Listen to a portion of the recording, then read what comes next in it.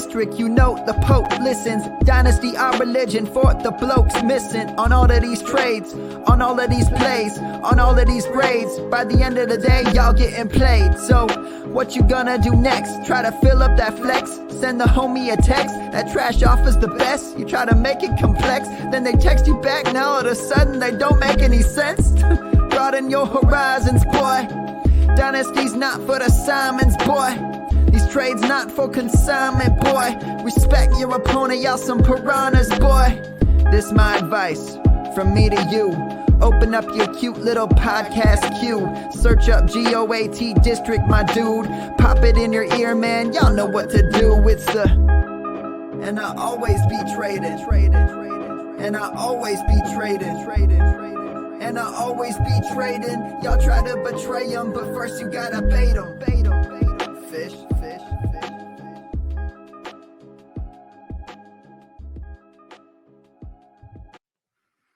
What's going on? It's Theo Gremminger back in the GOAT District for an OG live wire.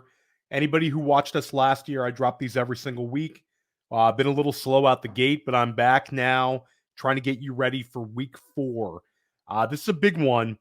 Quick shout out to Dan Williamson, Andrew Schellenberg, and JD. We've had some mixed starts in a couple of our leagues, but in the FFPC $3,000 varsity league, we're off to a very, very quick start. We're in first place. We have a couple other teams that are doing very, very well. Both the super bracket teams that I'm doing with Dan are doing very well. We're definitely going to keep you updated on how some of our big high stakes teams are doing throughout the year here in the GOAT District. But this is all about the waiver wire. This is the first thing that we really want to do this time of year when we're on the waiver wire is we want to look at the bye weeks. Yep, the bye weeks are on the way. There's no way to avoid them. We have to start getting prepared with our rosters to absorb missing guys over the next few weeks. And the next 3 weeks are kind of tough. Week 5, Cleveland, the LA Chargers, Tampa Bay Buccaneers, and Seattle Seahawks all are on their bye weeks. Week 6, Green Bay and Pittsburgh. Then week 7 is a big one. Carolina, Cincinnati, Dallas, Houston, the New York Jets, and the Tennessee Titans. I'm going to include in my weekly article on PlayerProfiler that drops every single Tuesday a list of which teams are on the bye week included in my waiver wire article. But you should be tracking this stuff yourself, especially in some of these leagues where you have a single player at the one-off positions. You want to make sure that you have coverage so you don't have to use too much fab during the bye week to cover it up. A lot of times, if I can make my bye week changes a week ahead, I'm able to save myself significant fab. And definitely check out, if you enjoy this podcast, check out my article over at Player Profiler. It drops every single Tuesday. It's probably the deepest waiver wire article out there. I have something for everybody. If you're an FFPC or NFFC player, like a lot of the listeners to the GOAT District, you're definitely going to find some guys that are available to you. And if you play in like a 15-man roster home league, there's going to be plenty of players available to you as well. I'm not going to spend a lot of time talking about players that are not going to be available in your leagues. Listeners to the GOAT District, most of you don't have the opportunity to add Devon A-Chain this week. You already had him on your roster, or you're feeling bad that you didn't add him. He's a guy that we talked about all offseason in the GOAT District. I have a ton of them. I know Dan and JD do as well, and Andrew Schellenberg does as well. He's a guy we really believed in his profile, and we certainly didn't think he was going to be dropping 50 burgers, but it was great to see on Sunday. If he's available in your league, this is the time to make it rain. You might not have another opportunity like this all season long. Be very, very aggressive. If my league allows $1 or $0 bids, I'm going to go nuts, and I'm going to unload what I have left to try to get Devon A-Chain.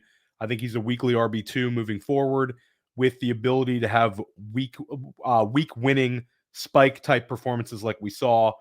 If my league does not allow $0 bids, leave a little bit of gas left in the tank so you can cover up for some of these bye weeks, potential injuries. You don't want to run out of fab in week 4. It's a better lifestyle hack. You won't have to spend every week grinding waivers. but in terms of your ROI at the end of the season, doesn't work out too well to have no fab money left. But Devon Achane is absolutely the real deal. The players that I talk about on this podcast and also in my article are mostly available in 75% or more of Yahoo leagues. That's the threshold that I like to use.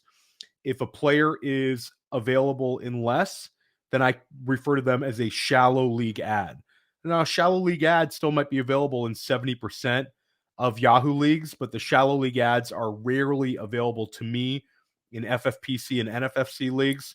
That's why I refer to them as such. I want to start at the quarterback position. CJ Stroud, my number one quarterback ad this week. He's actually available to me in a few leagues. And I'm going to be very aggressive this week trying to get CJ Stroud. If you want to get CJ Stroud and you're in a league with me, be prepared to spend some money because I'm going for it. CJ Stroud is available in 80% of Yahoo leagues. He is playing unbelievable football right now. This past week, Houston beats Jacksonville 37-17. CJ Stroud had another great passing performance. Over the last 2 weeks, he's passed for 664 yards and 4 touchdowns to go with 0 interceptions. When the summer was rolling along, I kind of compared him to Kirk Cousins.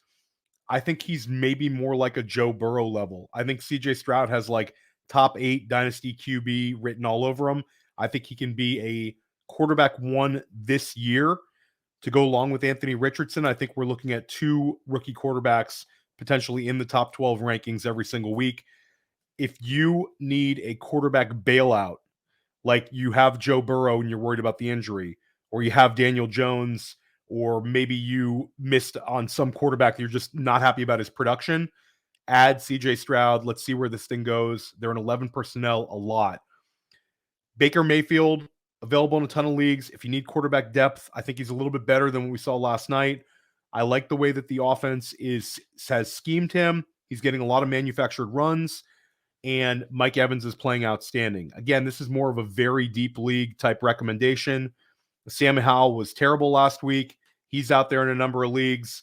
If you need a QB2 or a potential streamer, neither one of those guys feel very good to use, but they are locked in starters and they're coming off of terrible weeks. They might get dropped. A couple of streamers if you're in a super flex league. Andy Dalton, great matchup this week. He had 361 passing yards against Seattle, clicking with Adam Thielen, clicking with DJ Shark. It was a very, very impressive performance by Dalton. He has 2 fantasy-friendly matchups coming up in Minnesota and Detroit, and then followed up by a garbage time special against the Miami Dolphins. Andy Dalton, if I'm in a pinch this week, I like him as the preferred 1-week streaming option over the next 2 guys I'm going to talk about. Gardner Minshew Magic, has now won 2 games in a row with Indianapolis. Anthony Richardson could be back this week, and if he is back, completely ignore Minshew. But Minshew had some solid plays the last 2 weeks. They won in Baltimore. That's a difficult thing to do. They were a significant underdog, and Minshew Magic has now won 2 games in a row. Fully expect Anthony Richardson to take over this week, but you always have to be on the kind of the safe side with these head injuries, and I think that they're going to be cautious with him. So if it's another week of Gardner Minshew, he's okay to use in a streaming matchup against the Rams this week. Rams are on a short week coming off that loss last night to Cincinnati. Jameis Winston, revenge game. Jameis Winston's going to fill in for the injured Derek Carr. The Saints are loaded at wide receiver. They have Chris Olave, Rashid Shaheed, Michael Thomas, and they get back Alvin Kamara this week. Jameis Winston against Tampa Bay is on a short week for Tampa is a fun streaming option based on the quality of the weapons and based on the fact that we've seen it before from Jameis Winston. Consistency has not been the thing for him, but he has the ability to put up a big fantasy number. If you're in a super flex league and you're in a pinch, he's definitely a viable guy this week. Running back wise, shallow league ad. Kendre Miller is available in 66% of Yahoo leagues. Had a pretty quiet but promising first game. 9 carries, 34 yards, added a reception. It's more of a long-term play for me with Kendre Miller. Kendre Miller is the direct backup to Alvin Kamara. He has receiving ability. Jamal Williams is on the injured reserve. I think Kendra Miller has a chance to pass Jamal Williams over the next few weeks. And when Jamal comes back, Kendra could be playing ahead of him. And if Alvin Kamara goes down over the next few weeks, you've got a high-end handcuff situation. Roster Kendra Miller where you can. Another shallow league ad. This player is available in 64% of Yahoo leagues, and that's Justice Hill. Justice Hill missed week 3 with a foot injury. There was a lot of pretty big waiver wire bids for Justice Hill in week 2, and I feel like could pay off this week. Gus Edwards suffered a concussion, will likely miss this week. If Justice Hill is healthy, I think Justice Hill is going to get the most touches in the Baltimore backfield. Big, huge divisional game against Cleveland. And I think Harbaugh trusts Justice Hill more than some of the other running back options for Baltimore that we'll discuss in a minute.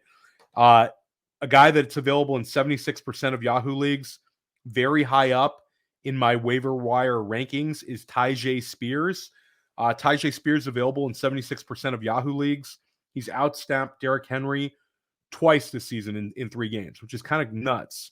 Derrick Henry is struggling. Henry is averaging 3.2 yards per carry.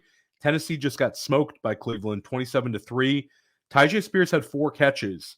His trajectory is pointing up, and Tyjae Spears is an explosive young player.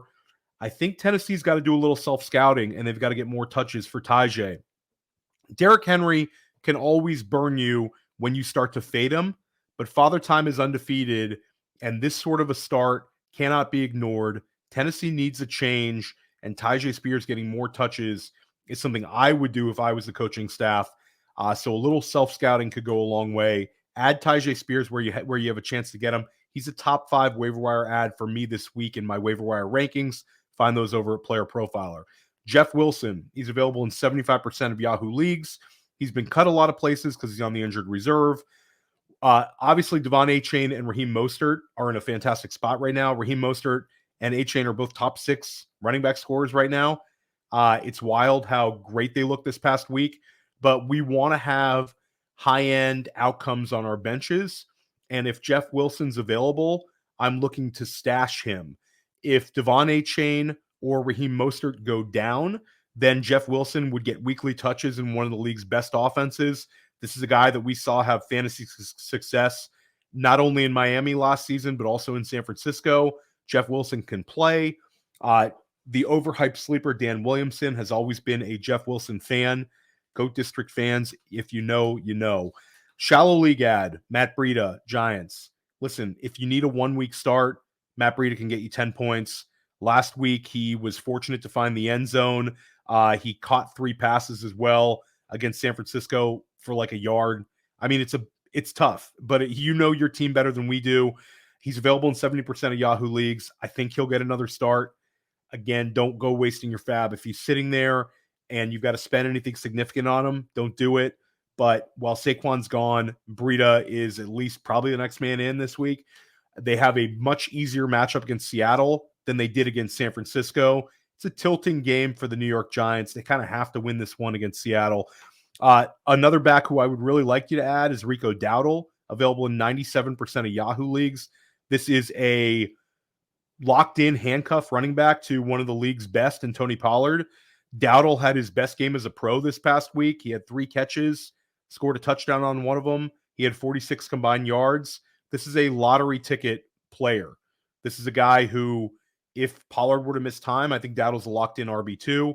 You know your bench, but if you can fit Rico Dowdle in, roster him. Sean Tucker, less exciting than Dowdle, but he's a locked-in handcuff running back to Rachaad White. Sean Tucker we liked in the GOAT District. I have a lot of Sean Tucker. I don't expect him to do anything unless Rachaad White goes down, but we don't know how much volume Rachaad White can handle over a course of a year. We have not seen that from him. And Tampa Bay is running the ball a lot and using Rachaad White a lot. Jaleel McLaughlin, another deep league guy. He out-carried Samaje Perine 5-3 last week. I think Denver needs some answers. We're going to talk about another receiver for them, but getting Jaleel McLaughlin a few more touches just to see if he can provide them a spark. You might see that this week in a very winnable matchup against Chicago. Denver lost 70-20, and they're favored on the road in Chicago. Wild times. Melvin Gordon If you liked starting Matt Breida last week, maybe you're going to love starting Melvin Gordon this week. If Justice Hill misses, I think Melvin Gordon is the back in Baltimore this week. He had 55 combined yards. He caught 2 passes. This is kind of about what you can expect. I think if he sees a bigger workload with no Edwards, I think legitimately he can give you like a 10-pointer. He might fall in the end zone. This is not exciting. Don't go spending your fab too much. But if you are in dire straits and you need a spot start, Melgo might be the guy, but monitor Justice Hill's availability. The guy I really want to stash in that Baltimore backfield is Keaton Mitchell. Keaton Mitchell's 5'8", less than 190 pounds, but he can absolutely fly. This is a 4.37 40 guy. And Mitchell is currently on the injured reserve for Baltimore, but he's due to come off shortly. He's a guy that I'm trying to stash in a lot of leagues because I think Baltimore could use a spark out of the backfield, and I'm betting on them trying to find a couple of touches here and there for Mitchell. Great thing about Keaton Mitchell, he won't cost you anything. He's going to cost you a 1% bid, will get you Keaton Mitchell in most leagues. He's going to slide through in a lot of leagues.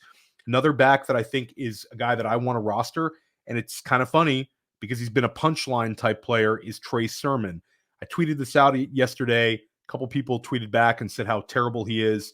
Yes, he's been terrible in his NFL career, but Trey Sermon showed up to San Francisco, huge flop. Goes to Philly, incredibly crowded situation, never caught on there. Now he gets signed by Indianapolis, and in his first game there, he plays 18 snaps. He ends up with 5 rushing attempts, and he had 2 targets. Zach Moss is a locked-in top 15 running back right now. But if Zach Moss were to go down, I think Trey Sermon is the next man in. Indianapolis is capable of running the football right now.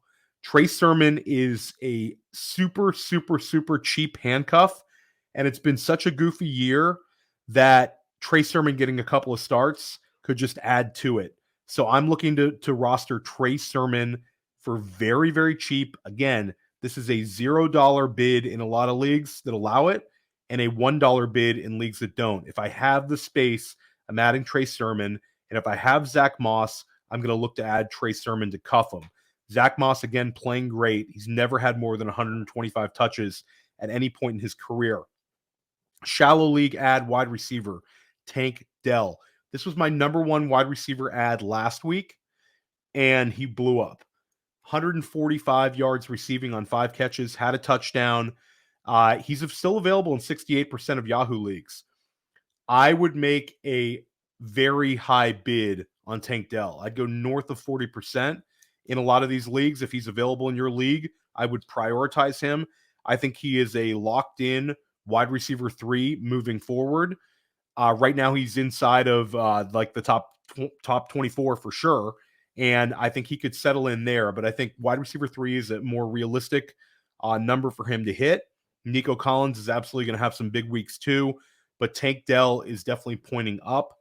This is the best 3rd round pick at the wide receiver position since Deontay Johnson and Terry McLaurin in 2019. I truly believe that on Tank Dell. I think he's here to stay.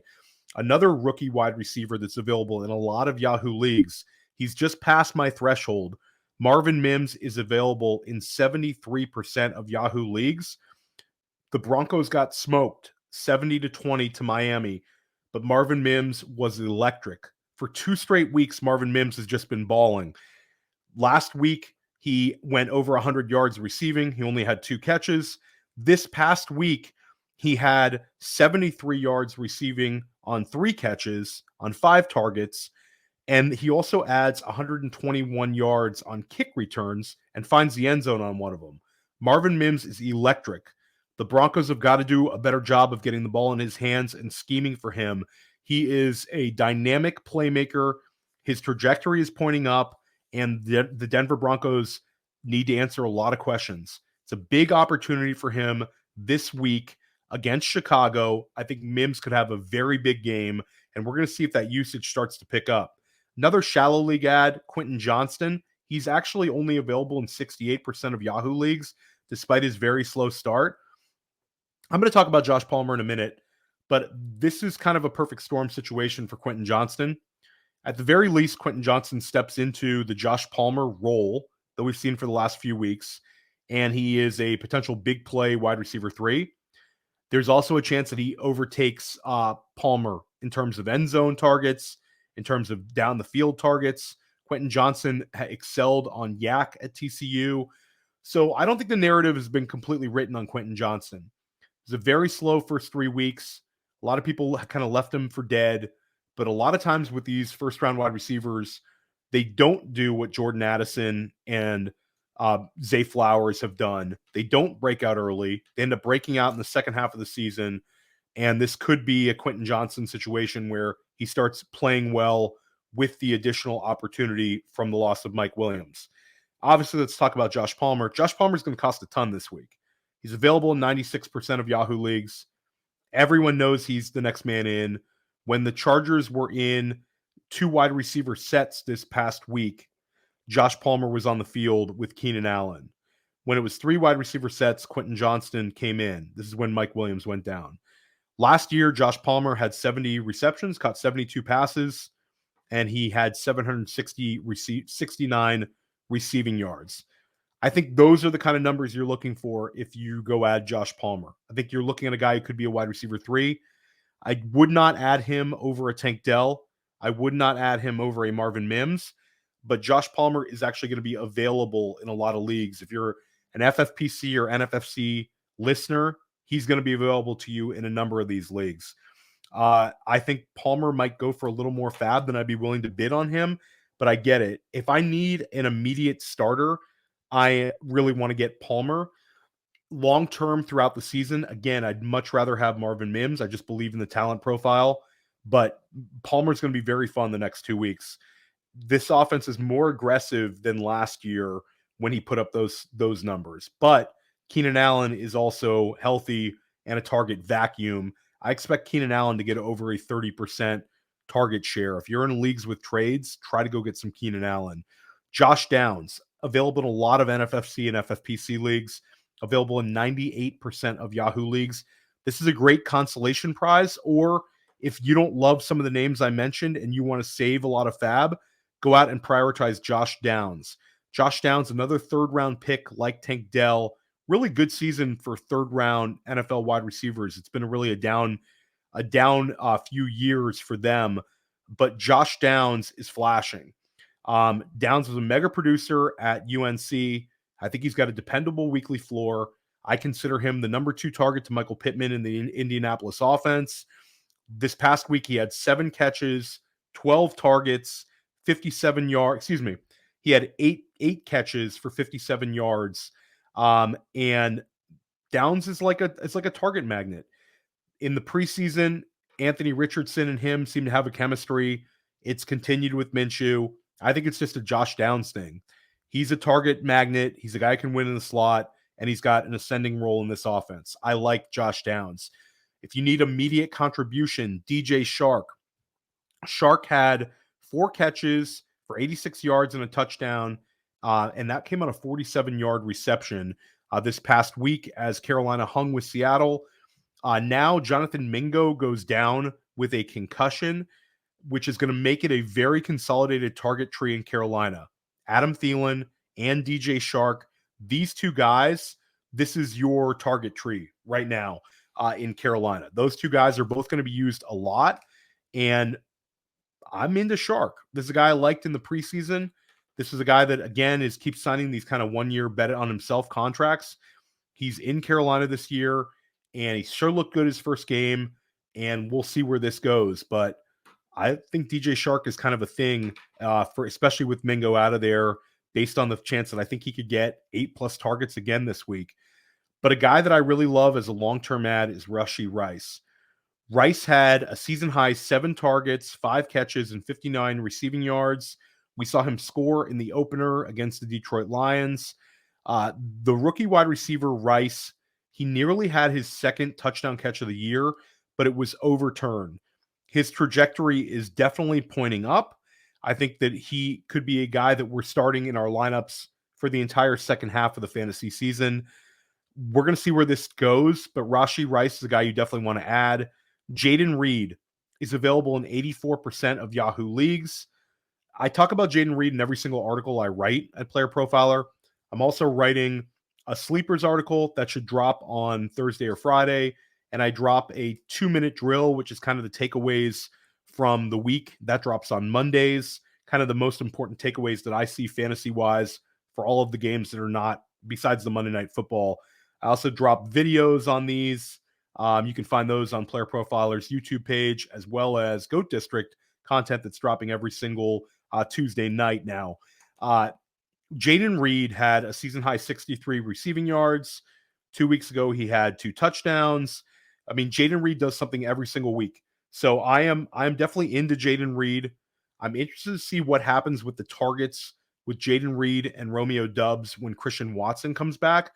But I think there's also an argument that Jordan Love becomes more confident in his abilities, and the Green Bay Packers become more confident in using Jordan Love and opening things up a little bit more when Christian Watson comes back.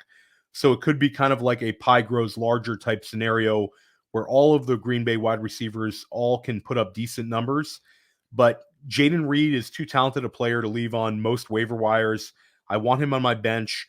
If anything happens to Romeo Doubs, I think that his trajectory would be pointed up, and Doubs has already struggled with a couple of knocks here and there. So Romeo Doubs nearly missed the opening game with an injury. Reed is definitely a guy that I think is going to be a long-term productive player for the Packers, and I think we're going to see some big games throughout this season as well. Jameson Williams, we're getting closer and closer to his return from suspension in week 7. Jameson Williams is available right now in 71% of Yahoo leagues. A lot of FFPC, NFFC managers listening into this, he's already rostered, but in a lot of other leagues, he's going to be available to you. We've seen the success that Josh Reynolds has had. I think Jameson Williams is a better player than Reynolds. If he is in a similar role, I think he could have some nice weeks coming up. Michael Gallup. Michael Gallup had his best game of the year. If you're in a very deep league, I'm looking to add Gallup, where a couple of the guys I listed are not going to be available to you. Gallup's going to be on a lot of waiver wires. He had 6 catches for 92 yards, and his yardage total was the highest that he had since 2021. He has some momentum heading into a tricky matchup against New England. The next player I want to talk about is Calvin Austin. Again, deep leaguers. Take a look at Calvin Austin. He tied his season high with 6 targets. He caught 2 of them, but one of them went for a 72-yard touchdown grab. Calvin Austin is a burner. He can really fly. And I think that Pittsburgh, coming off of a win, might be doing a little self-scouting and look to get Calvin Austin a little bit more involved with Deontay Johnson missing. Again, Calvin Austin looked very explosive on the touchdown. He seems like the kind of guy that Pittsburgh might be looking to get a few more touches here and there. He's definitely a speculative ad for me that won't cost you hardly anything. If speaking of won't cost you hardly anything, Darius Slayton, this is like my dart throw game. Seattle, we talked about DJ Shark and Adam Thielen, how well they did against them. We also saw Tutu Atwell have his breakout game against Seattle, and Puka Nacua absolutely had his breakout game against Seattle. Josh Reynolds found the end zone 2 times against Seattle. Seattle's been very generous to these opposing wide receivers. This could be a Darius Slayton week. Slayton has had 5 targets or more. Well, he's had 5 or 6 targets in every single game of the season. Again, this is throwing darts, but I don't know your situation. You might have been using Mike Williams. Some of the guys I might have been talking about might not be available on the waiver wire. Darius Slayton's available pretty much anywhere. If I'm throwing darts and looking for a touchdown this week, it's Darius Slayton against Seattle. It's a tilting game for the New York Giants. Luke Musgrave, I've been begging people to add. FFPC watchers right now are like, Luke Musgrave was drafted in the 12th round. What are you talking about, Theo? But Luke Musgrave is actually available in, get this, 82% of Yahoo leagues. It's wild. Musgrave is a second-round draft pick, elite athlete. He had the most air yards among any tight end in football in week 1.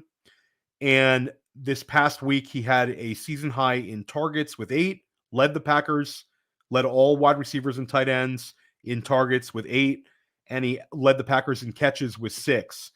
His day could have been even bigger because Jordan Love missed him down the seam.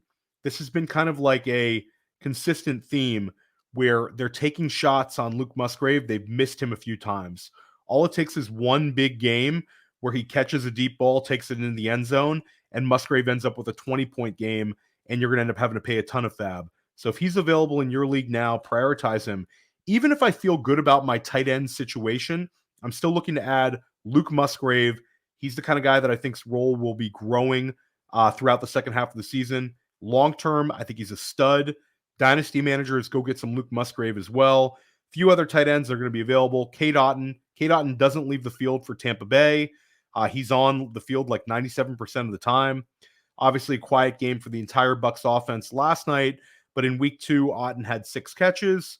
I wanted to keep an eye on the Washington tight end duo of Logan Thomas and Cole Turner.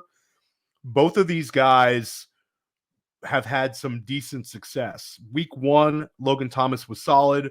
Week 2, he was on his way to another game before exiting with a concussion after he scored a touchdown. And then this past game, Cole Turner had 7 targets. He led Washington in targets.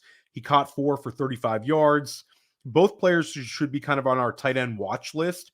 And if you're an FFPC manager and you have an extra spot, grab a Logan Thomas or a Cole Turner and see what happens with their usage. Maybe you get to mid-year and one of them has a stranglehold on the job. But there's been kind of enough volume there that we want to keep an eye on those tight ends. Donald Parham. The last thing you want to do with your fab money is pay for last week's touchdowns. But Donald Parham did find the end zone twice. And the takeaway for me is Donald Parham was nearly even with Gerald Everett on snaps. Gerald Everett outsnapped Parham 38-34. And obviously, Gerald Everett had more targets and ran more routes. But if Donald Parham can kind of start cutting into that, he could become a red zone weapon for the Chargers. With Mike Williams down, another big body kind of stepping up and being a red zone threat for Justin Herbert. Parham's been the kind of guy that like has had fantasy managers intrigued for a couple years. He's 6'8", was a former XFL guy. It's a great story. But if your league mates are going to completely ignore him from this past week, and I can slide in with a 0% bid or maybe a 1% bid if I'm in tough tight end shape, I want to see where it goes with Donald Parham.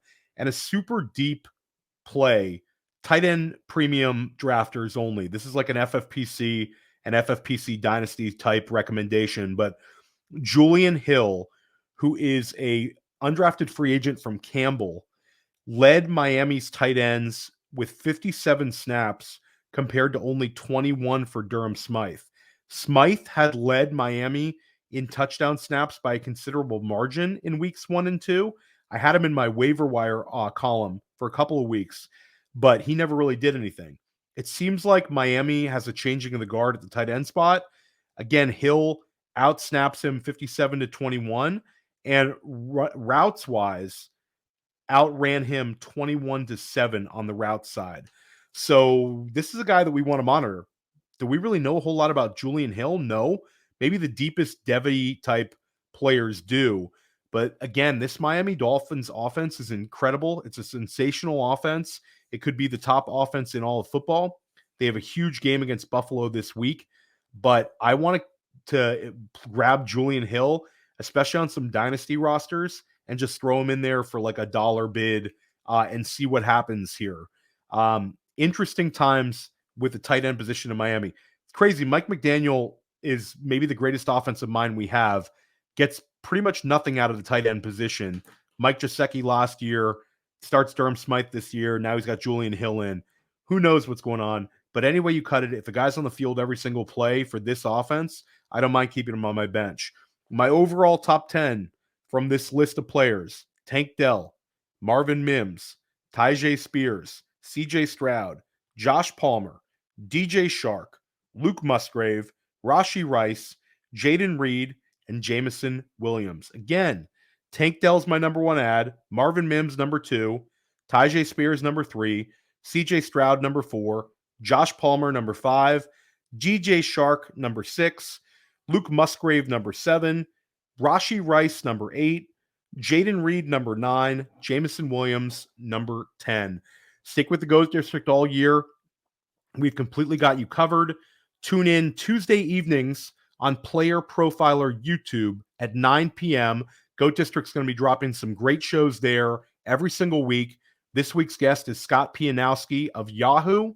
Then stick with this YouTube channel, the Goat District YouTube channel. JD and Dan are dropping the Owner's Lounge, which is providing fantastic Dynasty content. I'm going to be dropping a couple of these OG Livewire, Waiver Wire show podcasts as well. Stick with us all year. We're going to do well in our leagues. You can do well in yours.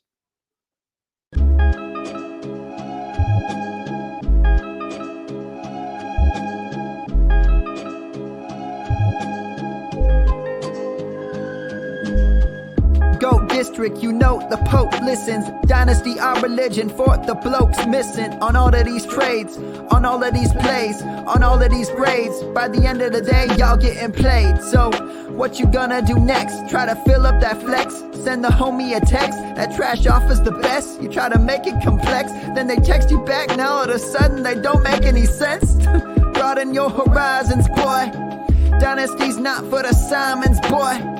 These trades not for consignment, boy. Respect your opponent, y'all some piranhas, boy. This my advice from me to you. Open up your cute little podcast queue. Search up GOAT District, my dude. Pop it in your ear, man. Y'all know what to do. It's the and I always be traded. And I always be traded. And I always be trading. Y'all try to betray them, but first you gotta bait them. Fish.